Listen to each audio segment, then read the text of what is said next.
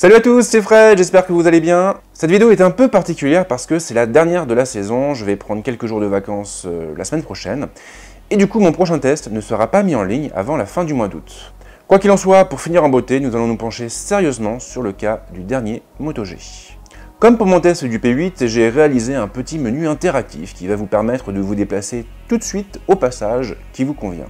Le truc, c'est qu'il ne fonctionne que sur la version desktop de YouTube, donc sur nos ordinateurs, et pas sur la version mobile.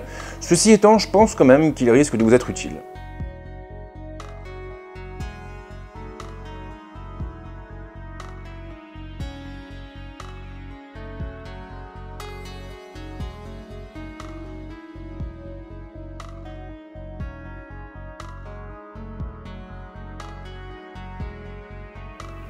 On attaque avec l'écran du Moto G.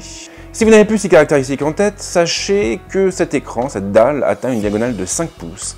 Elle est aussi capable d'afficher une définition de type HD 720p et donc du 1280 par 800. Ce qui donne une densité de pixels tournant autour des 290 ppp, ça suffit amplement dans la plupart des cas. Sinon, on a aussi une vitre de protection qui est traitée au Gorilla Glass 3. Et ça, c'est quand même pas mal parce que du coup, le terminal sera résistant aux rayures. L'écran est plutôt net et assez lumineux pour être utilisé en plein soleil. Les angles de vision me semblent plutôt généreux, les couleurs sont justes, rien à dire non plus sur le contraste qui est plus que correct. Il nous permettra de profiter de nos jeux, bien sûr, mais également de nos films et de nos séries. J'ai d'ailleurs eu l'occasion de regarder quelques épisodes de Bloodline sur Netflix sans aucun problème. Alors c'est vrai, on est quand même loin de l'écran d'un Galaxy S6, mais le Moto G s'en sort tout de même avec tous les honneurs, et il est tout à fait adapté à un usage multimédia. Le terminal est propulsé par un processeur Snapdragon 410, 4 densé à 1,4 GHz. Il s'agit d'une architecture en 64 bits et on a aussi 1 Go de mémoire vive derrière. Alors ce n'est pas énorme, c'est vrai, maintenant vous pouvez très bien opter pour l'autre version du Moto G, qui embarque pour sa part 2 Go de RAM et 16 Go de stockage. On ne va pas se mentir, le Moto G est loin d'être aussi puissant qu'un P8 ou même qu'un Galaxy S6. Il peut cependant faire tourner la plupart des jeux présents sur le Play Store et il s'en sort aussi bien avec la vidéo, à condition de ne pas monter trop haut en définition. Aucun souci pour la navigation web, bien sûr, ni même pour les réseaux sociaux.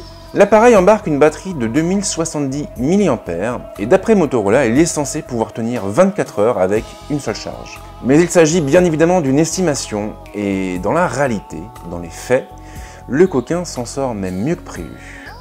Le Moto G tiendra effectivement une journée avec une utilisation soutenue et donc avec des jeux et de la vidéo en prime. En revanche, en faisant attention, on peut facilement atteindre une journée et demie avec une seule charge. J'ai même réussi à dépasser les 2 jours en désactivant la 4G, la localisation et 2 ou 3 autres bricoles. C'est pas mal donc, mais il faudra tout de même faire attention aux applications que vous utilisez parce que certains outils, malheureusement, consomment plus d'énergie que d'autres. Motorola a fait de gros efforts sur la partie photo. Le Moto G embarque un capteur principal de 13 millions de pixels et une caméra frontale de 5 millions de pixels. En théorie, c'est pas mal, maintenant, dans les faits, on se demande bien ce que ça peut donner. Comme souvent, tout va dépendre des conditions de prise de vue. Avec beaucoup de lumière, le Moto G est capable de produire des clichés nets et avec pas mal de piqués. La restitution des couleurs me paraît correcte et on peut obtenir de très belles images. En revanche, le téléphone montre rapidement ses limites dès que la lumière commence à baisser. La gestion du bruit laisse même franchement à désirer et il faudra compenser l'absence de lumière avec le flash.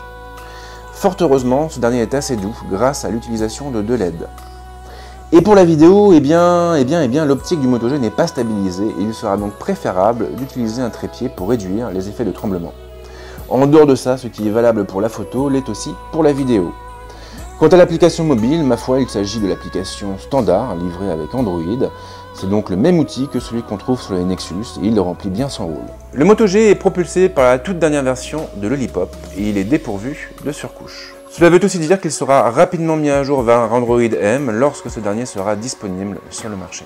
Alors attention, parce que Motorola n'est pas resté les bras croisés pour autant et le constructeur a développé plusieurs applications pour rendre son téléphone plus intelligent. Il y a les fonctions en lien avec la gestuelle pour commencer. Il suffira effectivement de prendre le téléphone en main pour l'activer et pour le déverrouiller dans la foulée. Il sera aussi possible d'activer l'appareil photo en secouant le téléphone et on pourra même effectuer un mouvement spécial pour activer le flash. Le Moto G est livré avec une fonction baptisée Moto Display. Elle affichera des informations sur l'écran de verrouillage pour faire remonter les alertes générées par nos applications. C'est très pratique au quotidien. Et puis bien sûr, il y a l'assistant qui permet d'automatiser certaines tâches. On pourra par exemple l'utiliser pour basculer le téléphone en mode vibreur durant les réunions ou lorsqu'on rentre à la maison. Le Moto G est une excellente surprise. Il n'offre pas le même niveau de finition qu'un P8 ou qu'un Z3+, c'est vrai, mais il n'est pas vilain pour autant. Loin de là même, et son système de cancre interchangeable devrait d'ailleurs séduire pas mal de monde. Mais sa vraie force, de mon point de vue, c'est son traitement IPX7, car il lui permettra de résister aux éclaboussures et même à d'éventuelles immersions. Il est d'ailleurs le premier téléphone de sa catégorie à le proposer. Rien à dire au niveau des performances, alors c'est vrai que le Moto G n'est pas non plus un foudre de guerre. Maintenant, il pourra faire tourner la plupart des applications et des jeux disponibles sur le Play Store. Et puis, il y a l'autonomie bien sûr. Là, il s'en sort avec tous les honneurs et il se débrouille même mieux que la plupart des téléphones haut de gamme du marché. Bref, vous l'aurez compris, je suis tombé sous le charme de ce petit Moto G et je vais le regarder partir avec une grande et profonde tristesse. Je vais m'arrêter là pour l'instant. Comme d'habitude, si vous avez un commentaire ou même une critique, faut pas hésiter, vous laissez un petit message derrière la vidéo ou même sur mon site et moi je vous répondrai le plus vite possible. En attendant, surtout, n'hésitez pas à vous abonner à ma chaîne pour ne pas louper mes prochaines vidéos. Et nous, on se retrouve très vite, fin août, début septembre, avec pas mal de surprises à la clé. Ciao!